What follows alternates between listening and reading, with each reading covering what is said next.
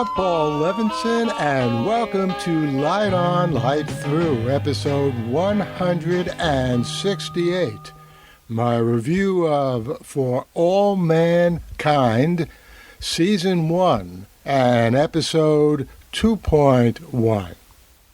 Well, Ronald D. Moore is best known for his creation of the Battlestar Galactica reboot and Outlander, two very different series which were, in the case of Battlestar Galactica, and are, in the case of Outlander, justly lauded masterpieces of science fiction. Well, maybe Outlander is science fantasy, but I think the point still holds. So Moore had a lot riding on For All Mankind, another very different kind of science fiction series.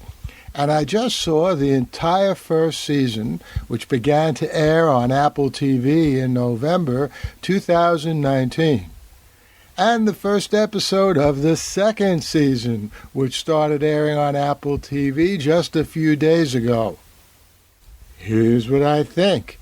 It's at least as good as Battlestar Galactica and a little bit better than Outlander, in my never humble opinion.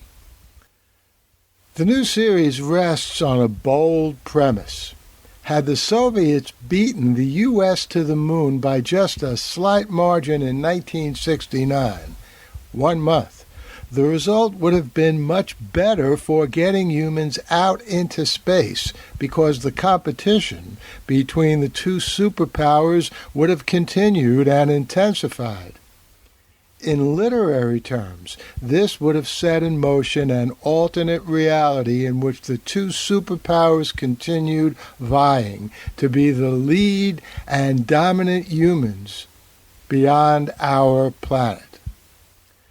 Now, as far as our reality or real history, it's entirely plausible that the Soviet Union could have pulled a fast one and beaten us in the U.S. to the moon by a month back in 1969. The truth is, it's not really clear to this very day why the Soviets, after the mid-1960s, fell so far behind the U.S., after being the first to get a satellite, Sputnik, then a satellite with a dog, Laika, and then a satellite with a human being, Yuri Gagarin, off this planet into space. Indeed, the best explanation I've read of why the Soviet Union fell behind the U.S. in the space race comes from a little-known science fiction novel published in 2000 called Red Moon, which, by the way, was also the title of the first episode of For All Mankind. And you'll find a link to Red Moon, that novel, on the show notes to this episode. Now, the alternate history and the real history in For All Mankind was handled plausibly and provocatively, no easy task to pull off, as the first season and the beginning of the second season did, and did so well.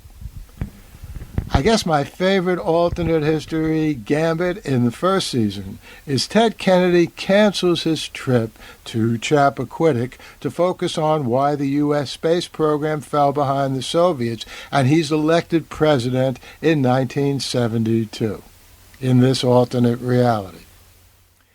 Walter Cronkite and Barbara Walters deliver the news without being named, via actors who look a lot like them and sound like them too.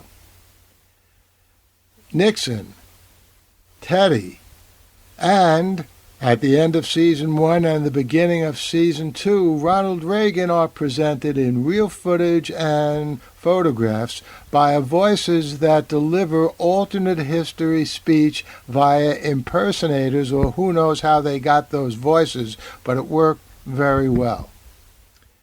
And the second season starts off with a nice handful of alternate history touches, including John Lennon surviving the attempt on his life, but the Pope does not. Other major changes in the history of For All Mankind include women achieving importance as astronauts and in flight control long before they did in our reality. Permanent bases are established on the moon by both the U.S. and the Soviets in the 1970s.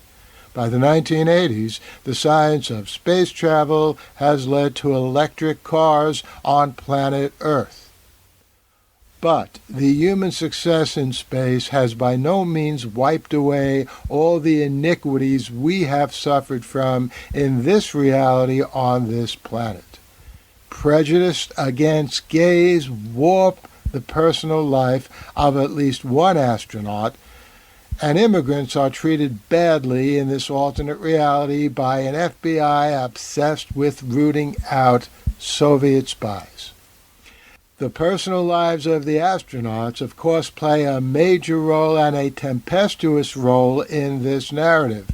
Ed Baldwin, a fictional character played by Joel Kinnaman, who never misses, Tracy Stevens, played by Sarah Jones, and Molly Cobb, played by Sonia Wilder, who I first saw, I guess, in Lost, and she's also always excellent, were my favorites, but all the characters are memorable and well acted in this series, and the lives portrayed are very realistic.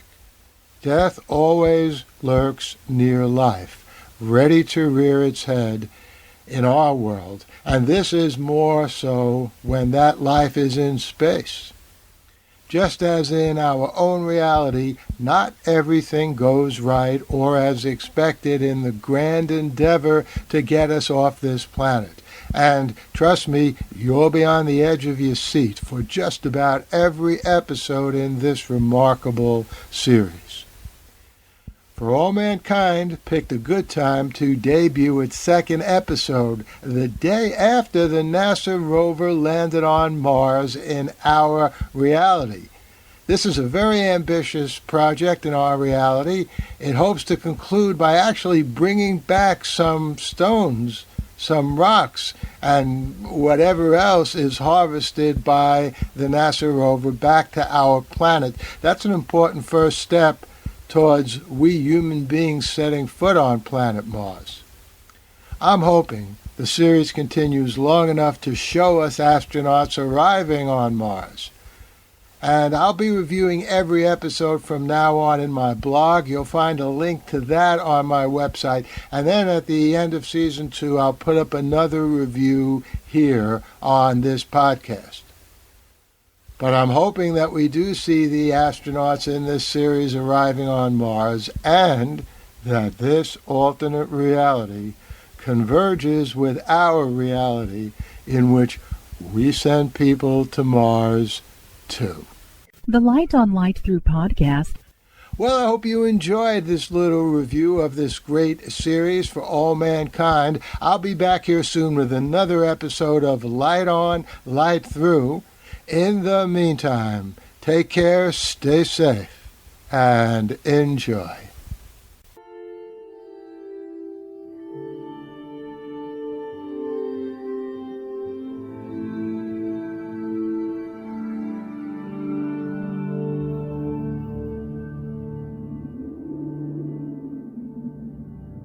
Athens, 2042 AD. She ripped the paper in half, then ripped the halves, then ripped what was left again into bits and pieces of history that could have been.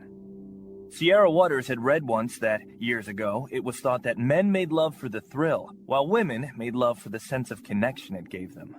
Curled Up with a Good Book says, Sierra Waters is sexy as hell. You can find out more about The Plot to Save Socrates by Paul Levinson at theplottoSaveSocrates.com.